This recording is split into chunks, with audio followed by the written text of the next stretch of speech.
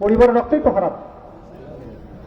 শুধুমাত্র দেখেন, কখনো কখনো দিনই মজলিসগুলোতে যখন আমরা অর্থ উঠাই, এর মধ্যেও অনেক হারাম টাকা ঢুকে যায়, ঢোকে না? তার উৎস তো আমরা পরীক্ষা করি না, আমভাবে উৎস তো পরীক্ষা করি না, করি? আমাদের একটা বুঝ, যেখানে হারাম টাকা বেশি ঢুকে যায় সেই জায়গা থেকে বরকত উঠে যায়। যেখানে হারাম টাকা ঢুকে যায় বরকত উঠে যায়। আপনি এখন দেখবেন মসজিদগুলো সব চাকচিক্যময়, একেবারে তাজমহলের মতো মসজিদ, কিন্তু মসজিদ থেকে সেই যে সাহাবাওয়ালা ইমান, সাহাবাওয়ালা দাওয়াত, সেই যে জিন্দেগি, সেই দাওয়াত, সেই জিহাদ, এটা উঠে গেছে কেন? এটা কিন্তু উঠে গেছে। এটাও কিন্তু আলামত সাআর মধ্যে আছে, আখিরুজ্জামানে, যে মসজিদগুলো চাকচিক্যময় হবে, হেদায়েত উঠে যাবে। মসজিদগুলো কি হবে? চাকচিক্যময় হবে, হেদায়েত উঠে যাবে। আল্লাহ পাক আমাদেরকে হালাল খাওয়ার তৌফিক দান করে যাবেন। এর সাথে আরেকটা বিষয় জোরে দিব, যে নিজের পরিবারের ব্যাপারে সতর্ক হন। নিজের পরিবারের ব্যাপারে সতর্ক হন, সাবধান হন। আর যারা পরিবার এখনো গড়েন নাই, তারা এখনই সাবধান হয়ে যান। কারা কারা পরিবার গড়েন নাই, হাত তোলেন দেখি। কেউই করেন নাই? তাদেরকে ওয়াজ করতেছি আমি। তাহলে কঠিন, কঠিন এখন। আচ্ছা, আমরা তাহলে পরিবর্তিত বাংলাদেশে একটা নতুন দাবিও তুলব। শিক্ষার দাবি যেমন উঠবে, রাজনীতির দাবি উঠবে, আমরা যুবকদের জন্য একটা দাবি তুলব।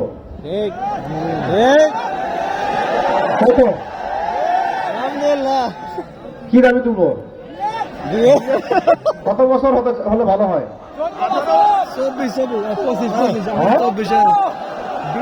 18। ঠিক আছে, মেয়েদের 16, ছেলেদের 18। তাহলে আমরা এই দাবি সবার সামনে উত্থাপন করব। বিয়ের ন্যূনতম বয়স হবে ছেলেদের ক্ষেত্রে 18, মেয়েদের ক্ষেত্রে 16। ইসলামিক বিধান অনুযায়ী কিন্তু এটা ঠিক আছে। ইসলামিক বিধান অনুযায়ী এটা ঠিক আছে। আমার নানির বিয়ে হয়েছিল, তার বয়স যখন 12 বছর। আমাদের অনেকেরই আছে, এটা আমার একার কথা না। আমার নানির বয়স এখন, আল্লাহ তাকে আফিয়াত দান করেন, সেহাত দান করেন, নেখায়াত দারাজ করেন। আমার নানির বয়স এখন 75 বছর।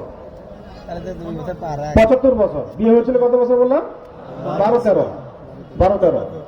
আমার নানির বাচ্চা হয়েছে 12 জন। কতজন? সবই নর্মাল, সিজারও করতে হয় নাই। এখন তো দেখা যায় 2টা দিলেই খালাস, 3 নম্বরে গিয়ে আর পারা যায় না। প্রথমটাই সিজার হয়। আর বিয়েও করে তারা দেখা যায় 20-এ, 25-এ, কেউ 30-এ, কেউ বলে মাস্টার্স পাস করে তারপরে বিয়ে করবে। মেয়েদের কথা আর কি।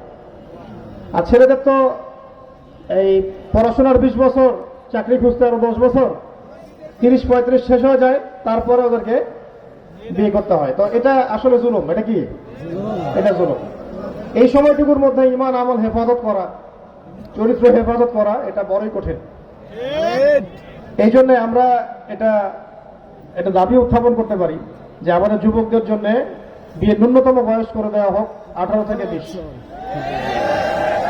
আর ছেলেদের ক্ষেত্রে, মেয়েদের ক্ষেত্রে 16 থেকে 18। আর শোনেন, মূল কথাটা শোনেন। মূল কথা এটা না, মূল কথা হচ্ছে বিয়ের আগে পড়াশোনা শেষ করতে হবে। প্রাথমিক যে পড়াশোনা, এটা শেষ করতে হবে। কারণ এরপরে জিম্মেদারি এত বেশি হবে যে আপনি পড়াশোনার হয়তো এত সময় নাও পেতে পারেন। ঠিক আছে? আর নিজেদের পরিবার গড়ার মতো যোগ্য একটু কর্মসংস্থানের ব্যবস্থা আপনাকে করতে হবে। মানুষের কাছে হাত পাতলে ছেলে মানুষের গায়রত, ব্যক্তিত্ব থাকে না। মানুষের কাছে যেন হাত পাততে না হয়, এজন্য কি করবেন? নিজের হালাল, ছোট হোক, হালাল একটা ব্যবসা হোক, চাকরি হোক, কিছু একটা ব্যবস্থা করবেন। কৃষিভিত্তিক অর্থনীতিও ভালো, এটাও খারাপ না। কৃষিভিত্তিক অর্থনীতি অনেক ভালো একটা উপার্জনের সোর্স। এদিক থেকে মানুষ সরে আসতেছে, এখন সবাই চাকরি করতে চায়। এটাও ভালো মানে পদ্ধতি হচ্ছে না।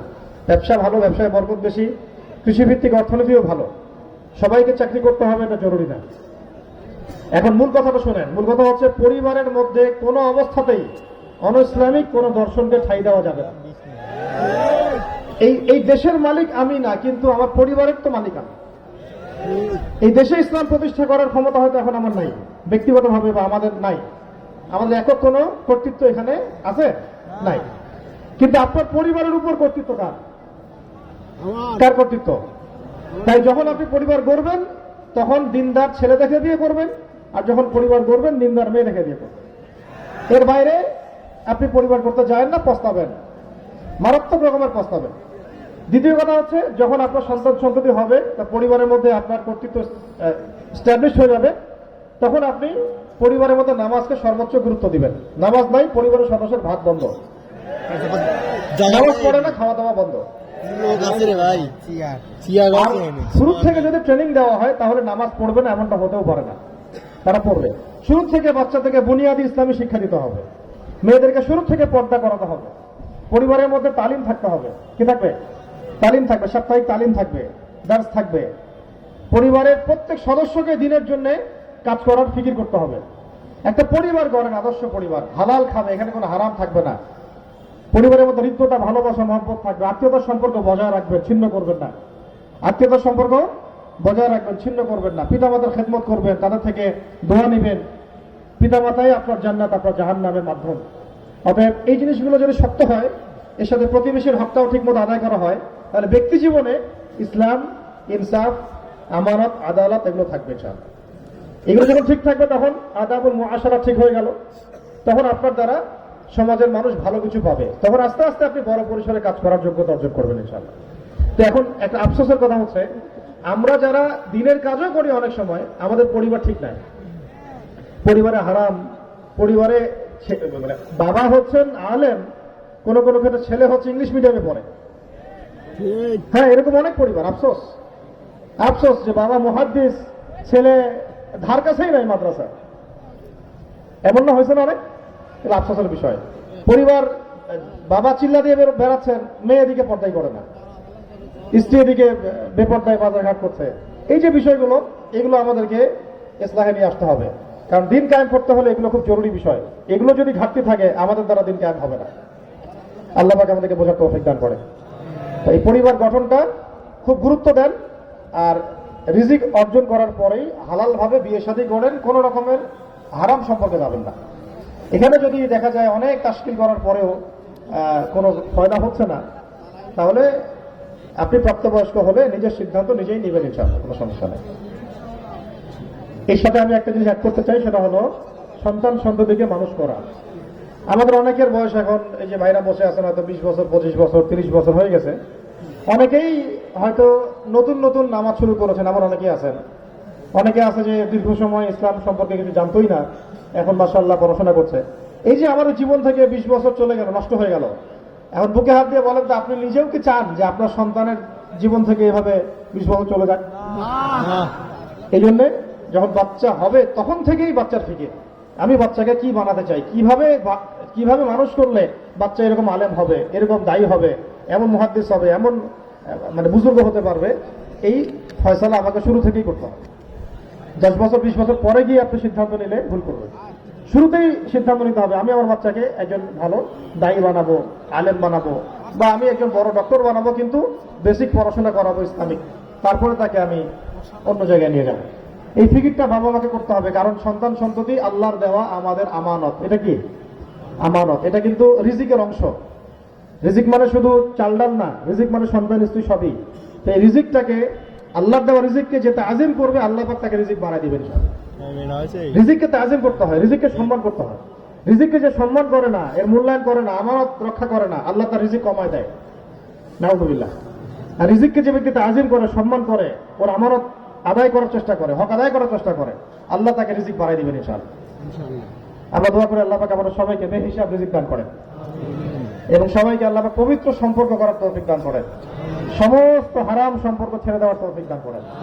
আল্লাহ পাক যেন আমাদের পরিবারের মধ্যে হালাল রিজিককে বাড়ায় দেন, সন্তানদেরকে কবুল করেন, আমাদের স্ত্রীদেরকে, বোনদেরকে, মাদেরকে আল্লাহ পাক খাস পর্দায় থাকার তৌফিক দান করেন। এইগুলো কাজ বুনিয়াদি কাজ, এগুলো হচ্ছে সব কি বুনিয়াদি কাজ। এই কাজগুলো যখন ধারাবাহিকভাবে হতেই থাকবে, দেখবেন আস্তে আস্তে আস্তে আস্তে সমাজ পরিবর্তন হচ্ছে ইনশাআল্লাহ। এর সাথে বড় পরিসরে কিছু কাজ দরকার, সেগুলো প্রথমে বলি নাই এই কারণে যে প্রথমে এগুলো বললে আপনারা বুঝতে পারতেন না।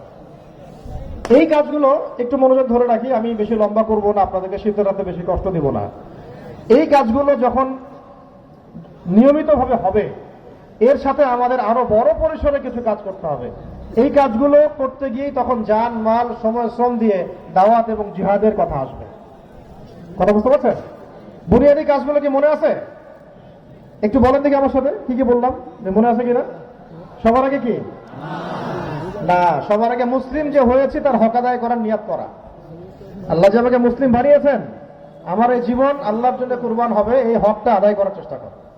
আগে এই ফিকির মাথায় বসানো, আমি যে মুহাম্মদ সাল্লাল্লাহু আলাইহি ওয়াসাল্লামের উম্মত, এটা আমার মাথায় আগে বসানো, জেহেনে বসানো। তারপরে আমার কাজ হচ্ছে আগে কি, 5 ওয়াক্ত নামাজ না ছাড়া, তার সাথে তাহাজ্জুদ 4, 5 নম্বর বলেন হ্যাঁ প্রতিদিন কোরআন তেলাওয়াত করা, 6 নম্বর বলেছি ব্যক্তিগত লাইব্রেরি থাকতে হবে, 7 বলেছি উলামায়ে কেরামের সাথে সম্পর্ক তাআল্লুক থাকতে হবে, 8 নম্বর বলেন হালাল রিজিক অন্বেষণ করতে হবে, আদর্শ পরিবার গঠন করতে হবে, সন্তানদেরকে প্রতিপালন করতে হবে। এগুলো বুনিয়াদী কাজ। এই কাজগুলোর পরে আমাদের আরো বড় বড় কাজ আছে, করবো তো ইনশাল্লাহ। এই কাজগুলো কারা করতে পারবে? যারা বুনিয়াদী কাজ ঠিক করে ফেলেছে তারা করতে পারবে ইনশাল্লাহ। বুনিয়াদী কাজ যারা ঠিক করতে পারে নাই তারা কিন্তু ওই লেভেলে কাজ করতে পারবে না, করলেও সফল হবে না। আবু বকর, ওমর, ওসমান, আলী তৈরি করতে না পারলে আপনি বদর জিততে পারবেন না। তো বুঝতে পারেন না কথা? আবু বকর, ওমর, ওসমান, আলী রাদিয়াল্লাহু আনহুম আজমাইন তাদের মতো সাহাবা ওয়ালা জিন্দেগি যাপন না করতে পারলে আমাদের হাতে বদরের ওই বিজয় আসবে না। তো বদর জিততে হলে আগে মক্কার এই সময়গুলো পার হতে হবে। তো এখন এই বড় পরিসরে কাজ করার জন্য কারা কারা রাজি আছেন? আল্লাহ কবুল করেন, আমিন। এখন এই কাজগুলো যারা করতে চান বুনিয়াদী কাজ ঠিক করে ফেলবেন। এখন বড় কাজগুলো বলছে, এক বড় কাজগুলো কি? বড় কাজগুলো হচ্ছে 1 নাম্বার, এটা শুরু, বড় কাজের শুরু, বাংলাদেশের বরেণ্য ওলামায়ে কেরামদের সাথে নিয়মিত যোগাযোগ রেখে চলবেন। এক, ঠিক আছে? এটা বড় কাজ। ছোট কাজের মধ্যে বলেছি ওলামায়ে কেরামের সাথে তাআল্লুক রাখা, মানে আপনার মাথার উপর একজন মুরব্বী রাখা। কিন্তু বড় পরিসরে যখন দিন কায়েম করতে চাবেন, বাংলাদেশে যারা দ্বীনের জন্য কাজ করছেন প্রত্যেক অঙ্গনের ওলামায়ে কেরামের সাথে বা নেতৃস্থানীয় ব্যক্তিদের সাথে সুসম্পর্ক বজায় রেখে চলবে। ঠিক আছে কথা? 2 হচ্ছে ঐক্যবদ্ধ থাকার চেষ্টা করবেন, কোনো অবস্থায় বিচ্ছিন্ন হবেন না, বৃহত্তর জামায়াগুলো থেকে বিচ্ছিন্ন হবেন না, বৃহত্তর জামায়াগুলো থেকে বিচ্ছিন্ন হয়ে নতুন নতুন জামায়া গঠন করবেন না। কথা বুঝতে পারছেন? সমাজটাকে বিভক্ত করবেন না, ঐক্যবদ্ধ মুসলিম সমাজের মধ্যে থাকেন। যেটা চিরায়ত কাল থেকে, যেটা আমাদের আকাবেরগণ, আসলাফগণ যে বৃহত্তর জামায়ার মধ্যে আছেন, যে আকীদা, যে আমল, যে ঈমান, যে মানহাজ, যে তরিকার মধ্যে আছেন, এটা থেকে বিচ্ছিন্ন হয়ে যাবেন না। বিচ্ছিন্ন হয়ে গেলে আপনাকে শয়তানে খেয়ে ফেলবে, ইসলামের দুশমনরা আপনাকে ব্যবহার করবে, ওদের স্বার্থে তারা আপনাকে ব্যবহার করে ওদের স্বার্থ সিদ্ধি করবে, এটা আপনি বুঝতেও পারবেন না সুকৌশলে। ঐক্যবদ্ধ থাকা। 3 নম্বর হচ্ছে এখনকার বাংলাদেশ বিনির্মাণে আমাদের আপোষের যে ইখতিলাফগুলো আছে, ছোট ছোট ইখতিলাফগুলো, এগুলো নিয়ে বেশি কথা